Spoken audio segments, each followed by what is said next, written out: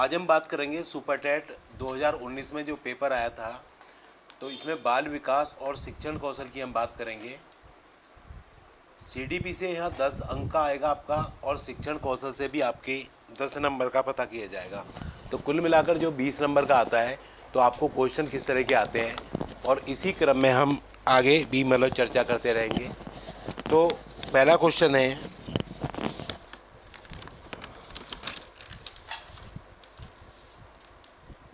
समस्या सृजनात्मकता। जो सृजनात्मकता क्रिएटिविटी होती है, समस्या समाधान की वह अवस्था जिसमें व्यक्ति समस्या पर ध्यान नहीं देता है। तो ये कह रहे हैं कि जो सृजनात्मकता है, क्रिएटिविटी है। क्रिएटिविटी क्या होती है यह मैं बताऊं थोड़ा सा आपको। जो हमारे पास उपलब्ध साधन होते हैं, उन्हीं में से नई वस्तु को जन्म देना क्रिएटिविटी होता है। अब सृजनात्मकता समस्या समाधान की वह अवस्था है जिसमें व्यक्ति समस्या पर ध्यान नहीं देता। तो इनमें से जो ऑप्शन होगा वो कौन सा होगा? पहला है अनुवादन, ट्रांसलेशन। एक्चुअल अनुवादन क्या होता है, इसका मतलब क्या होता है? जब भी कोई समस्या हमारे सामने होती है तो हम उसे सृजनात्मक तरीके से हल करने की सोचते हैं, परंतु मतलब हम उसको हल नहीं कर पाते हैं। तो क्या होता है, फिर हम उसका मतलब अनुवाद करते हैं, और वो जो अनुवाद करते हैं वो भी मातृभाषा में करते हैं। तो ये तो हो ही नहीं सकता भाई। अगर आपको कोई बात समझ में नहीं आ रही है तो उसका हमने ट्रांसलेशन कर दिया और मतलब समस्या हल हो सकती है, मातृभाषा में कर दिया। उसके बाद दूसरा है प्रदीप्ति। इसका क्या मतलब होता है? प्रदीप्ति क्या होता है? इसका मतलब होता है कि जब हम किसी भी समस्या के बारे में सोचते हैं तो हमारे मन में अचानक से कोई आइडिया आ जाता है कि ये समस्या हल हो जाएगी। तो ये भी नहीं हो सकता, क्योंकि ये कह रहा है कि समस्या पर ध्यान नहीं देता है। अब है इनक्यूबेशन। इसको हम वैसे उद्वन कहते हैं, ना भी है इसमें बाद में। इसका क्या मतलब होता है? इनक्यूबेशन का मतलब क्या होता है, जैसे आप गणित हल कर रहे हो और आपसे क्वेश्चन सोल्व नहीं हो रहे, तो आप क्या करोगे, उसे छोड़ दोगे, भाई इसे बाद में करेंगे, 1 घंटे बाद, 2 घंटे बाद। तो इसका जो उत्तर होगा क्या होगा, मतलब कि सृजनात्मकता समस्या समाधान की वह अवस्था जिसमें व्यक्ति समस्या पर ध्यान नहीं देता। इसका उत्तर यही होगा, सी होगा। सी क्यों होगा? जैसे हम मैथ हल कर रहे हैं तो हमसे क्वेश्चन हल नहीं हो रहा तो हमें कुछ समय के लिए छोड़ देंगे, उस पर हम ध्यान नहीं देते हैं। तो मैं समझता हूँ कि आपको समझ में आ गई होंगी सारी बातें। अनुवादन क्या होता है, प्रदीप्ति क्या होता है, उद्वन क्या होता है, और इसका जो चौथा ऑप्शन है वो आयोजन है। वो तो हो ही नहीं सकता। तो आपका जो आंसर होगा ये होगा। उसके बाद देखिए, राष्ट्रीय अस्थि विकलांग संस्थान कहाँ पर है? जो राष्ट्रीय अस्थि विकलांग संस्थान है वो कहाँ पर है? तो इसका जो आंसर होगा वो कोलकाता में है। कहाँ पर है? कोलकाता में है। और ये देहरादून में क्या है? देहरादून में राष्ट्रीय दृष्टिबाधित, देहरादून इसका जो राष्ट्रीय अस्थि विकलांग तो है कोलकाता में। ठीक है, इसका आंसर ये होगा। अब मैं देहरादून का भी बता देता हूँ आपको। यहाँ पर देहरादून में क्या है, देहरादून में है दृष्टिबाधित का। और आपका सिकंदरा जो मुंबई है, मुंबई में कौन सा है? राष्ट्रीय श्रवण विकलांगता, जो कम सुनते हैं। और सिकंदराबाद में आपका जो है मानसिक विकलांग संस्थान है। तो ये पता होनी चाहिए आपको, चारों ही इंपॉर्टेंट है, परंतु यहाँ उत्तर हमारा कोलकाता होगा। उसके बाद गैगने के अधिगम सोपान का सही क्रम क्या है? गैगने ने अधिगम की 8 श्रेणी बताई थी सीखने की, और उन 8 श्रेणी में से इनमें से कौन से ठीक है? तो देखो, लास्ट जो होता है वो समस्या समाधान होता है। ठीक है, तो ये देखो, नियम, अधिगम, संप्रत्यय ये भी नहीं है। तो आपका जो होगा इसमें कौन सा होगा, मैं बताता हूँ आपका। इसका सी होगा। कौन सा होगा? सी होगा। क्यों सी क्यों होगा? देखिए, जो पहला होता है इसका संकेत होता है, दूसरा उद्दीपक अनुक्रिया होता है, तीसरा श्रृंखला होता है, चौथा शाब्दिक होता है, पांचवा विभेद अधिगम होता है। अब यहाँ से देखिए, छठा आपका होता है संप्रत्यय अधिगम, सातवां होता है नियम अधिगम, और आठवां होता है समस्या समाधान अधिगम। ठीक है। तो इस तरह से 8 होते हैं, उन्होंने लास्ट के 3 ले लिए, सबसे ऊपर के 3 ले लिए, तो इसका क्रम वही होता है।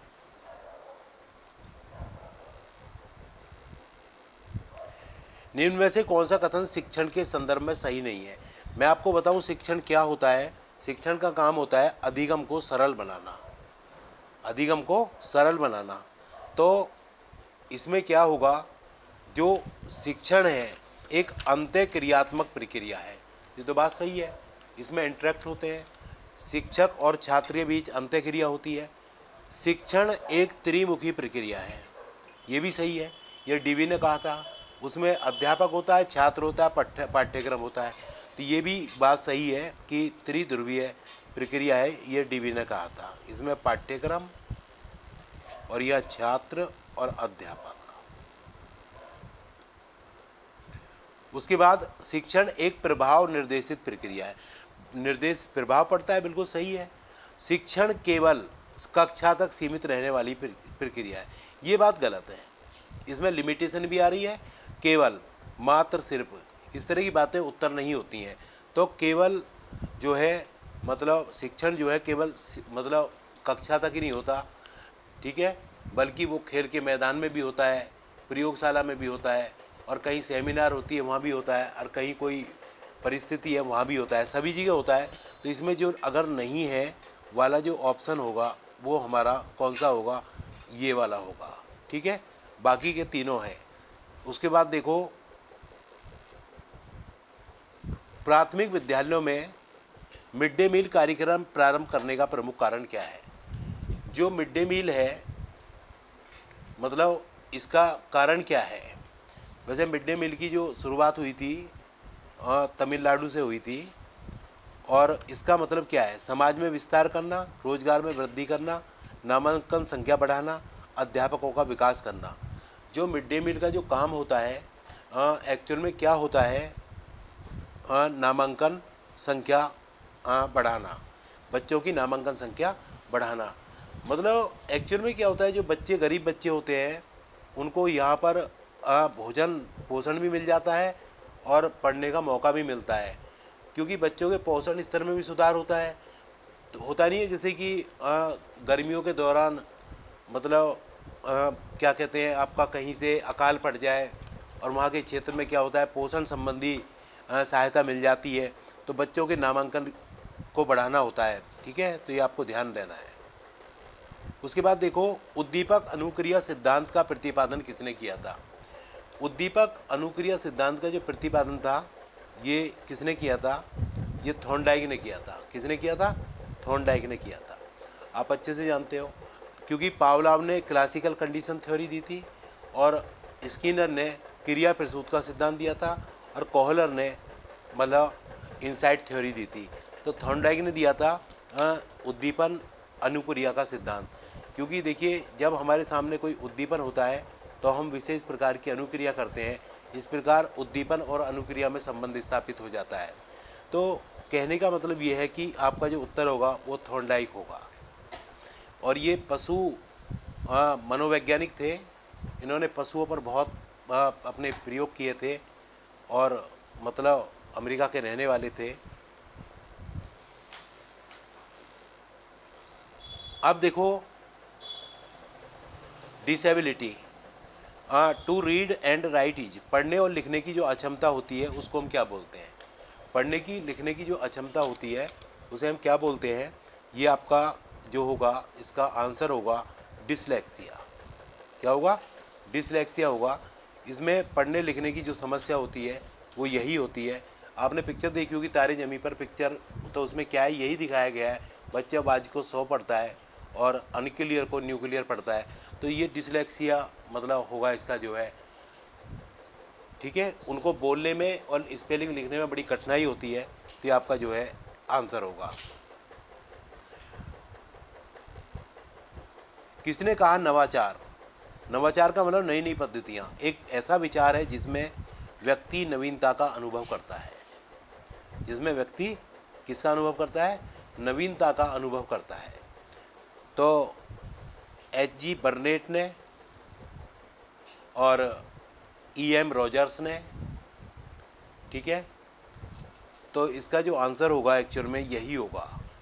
मतलब जो नई नई पद्धतियाँ उसमें नई नई करता है, तो इसमें क्या है, नवाचार जो होता है, जो हमारे पाठ्यक्रम होते हैं उनमें गुणात्मक सुधार करता है, परिवर्तन करता है, ठीक है। और मतलब इस तरह से ये E.M. रॉजर्स ने ये बात कही थी। उसके बाद देखो, भारतीय शिक्षा के इतिहास में सर्वप्रथम किस समिति ने अपव्यय और अवरोधन पर विचार किया। यहाँ अपव्यय अवरोधन, पहले आपको पता होना चाहिए अपव्यय क्या होता है। अपव्यय का मतलब क्या होता है? अपव्यय का मतलब होता है जब बच्चा प्राइमरी में, प्राइमरी का मतलब कक्षा 1 से 5 तक बीच में ही पढ़ाई छोड़ दे, उसे हम अपव्यय कहते हैं। और अवरोधन क्या होता है? मतलब कोई भी बालक किसी भी कक्षा में 1 साल से ज़्यादा तक रुक जाता है, उसे अवरोधन कहते हैं।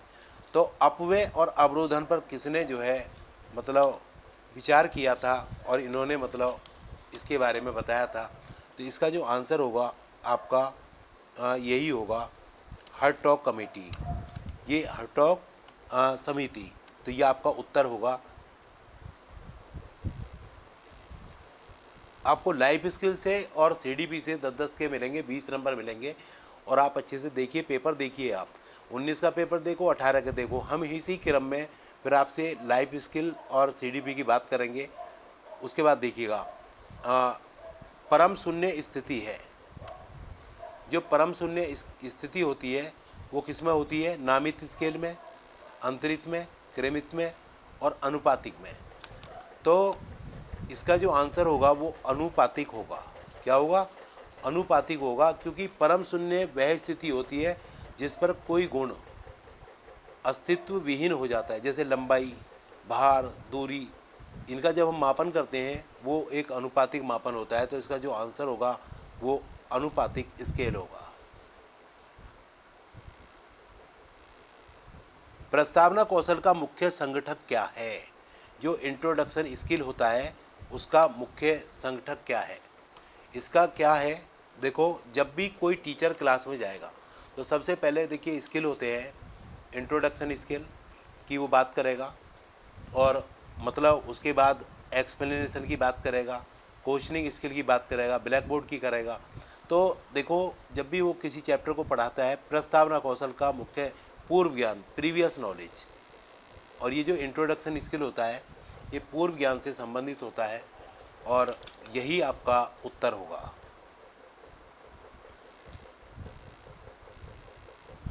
NCERT द्वारा राष्ट्रीय पाठ्यचर्या की रूपरेखा कब प्रस्तुत की गई थी? NCERT द्वारा। तो ये जो NCEP की बात कर रहे हैं ये, तो ये NCEP जो है ये 2005 में तैयार हुआ था।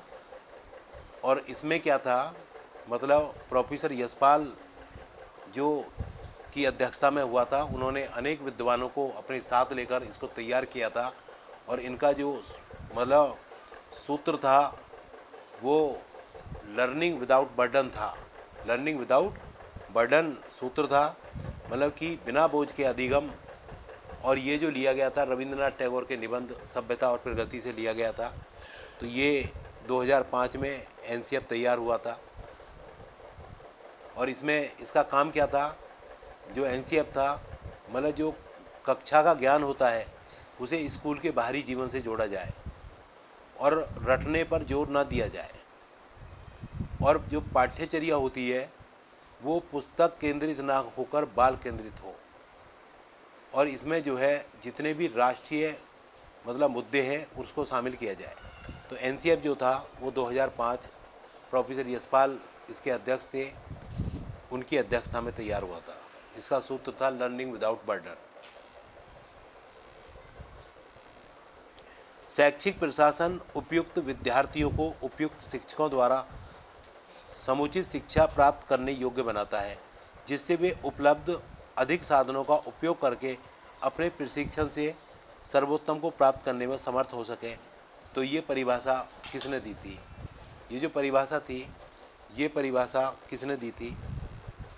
M.N. मुखर्जी द्वारा, कैम्पबेल द्वारा और वेलफेयर ग्राह द्वारा डॉक्टर आत्मानंद मिश्र द्वारा।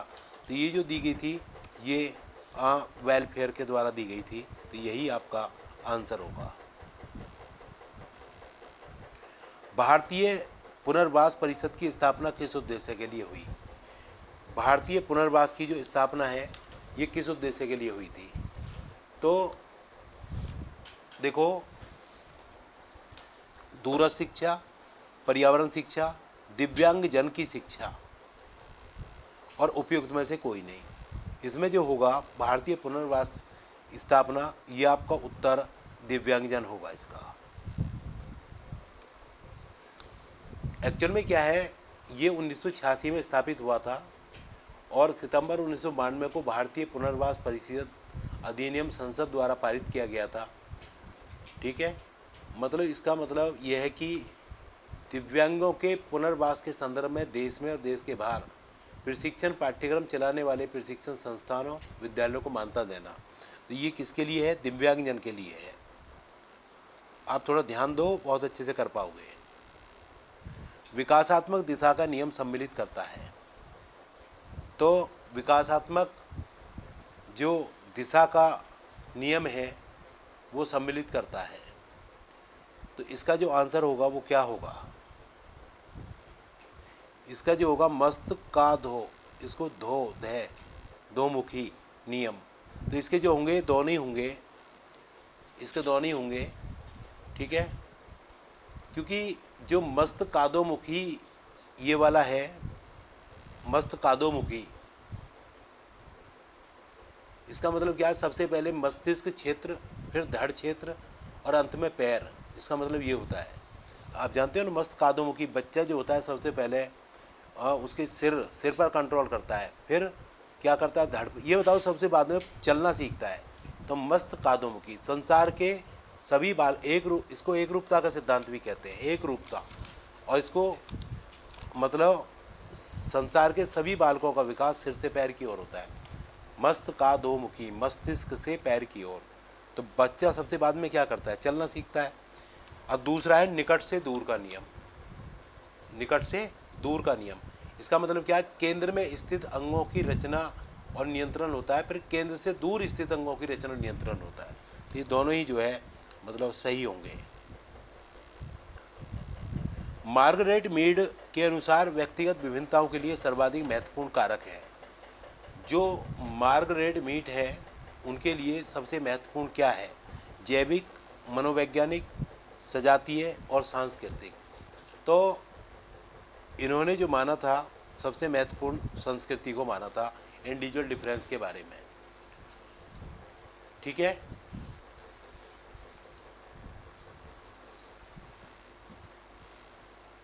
ब्रेल लिपि के जनक कौन है? ब्रेल लिपि के जो जनक हैं वो कौन है? आप जानते हैं अच्छे से, लुई ब्रेल है। ठीक है, और इसमें क्या होता है? ये नेत्रहीनों के लिए होता है और इसमें क्या होता है? उभरी हुई आकृतियाँ होती है।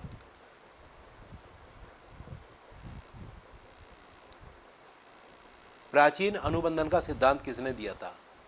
जो प्राचीन अनुबंधन का सिद्धांत था वो मतलब किसने दिया था? Classical conditioning theory.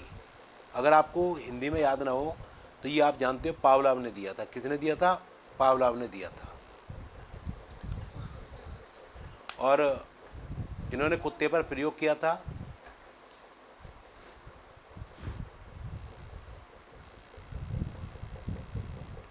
Hereditary genius नामक पुस्तक किसके द्वारा लिखी गई थी? ये जो पुस्तक है ये किसके द्वारा लिखी गई? तो कैटेल, टर्मन और गाल्टन। तो ये जो लिखी गई थी ये गाल्टन के द्वारा लिखी गई थी। ठीक है, मतलब वो ये जानना चाहते थे कि पिता से पुत्र में और फिर पौत्र में इसी भांति पीढ़ी दर पीढ़ी किसी गुण विशेष का संचरण किस प्रकार होता है। ठीक है, हेरेडिटरी जीनियस मतलब पिता से पुत्र में और फिर पौत्र में। तो इस तरह से इन्होंने, गाल्टन ने मतलब एक किताब लिखी थी। निम्न में से कौन सा कारक बालक के विकास को प्रभावित करता है? तो जो बालक का जो विकास होता है वो कौन किससे? अंतःस्रावी ग्रंथियाँ, पौष्टिक भोजन, रोग चोट, और उपयुक्त सभी। तो प्रभावित जो होगा वो सभी से होगा। किससे होगा? हाँ, सभी से होगा। तो इसी तरह से देखिए, हमने अभी आपसे 20 क्वेश्चन की चर्चा की और ये क्वेश्चन थे आपके सीडीपी के और लाइफ स्किल से संबंधित। 10 नंबर की सीडीपी आएगी, 10 के लाइफ स्किल आएंगे। तो 20 क्वेश्चन किस तरह से पता किए जाते हैं, हमें उसी तरह से तैयार रहना है। तो ये तो एक पेपर था और इसी क्रम में 18 के पेपर की बात करेंगे और फिर इसी तरह से डेली जो है हम कोशिश करेंगे कि 10 क्वेश्चन सीडीपी के और 10 क्वेश्चन आपके लाइफ स्किल के की चर्चा हो। और देखिए, अगर आपको वीडियो अच्छा लगा हो तो आप इसे लाइक करें, सब्सक्राइब करें और दोस्तों को शेयर करें। और कोई भी आपकी तरफ से सुझाव है तो आपका सादर आमंत्रित, वो सुझाव है उस पर हम काम करेंगे। तो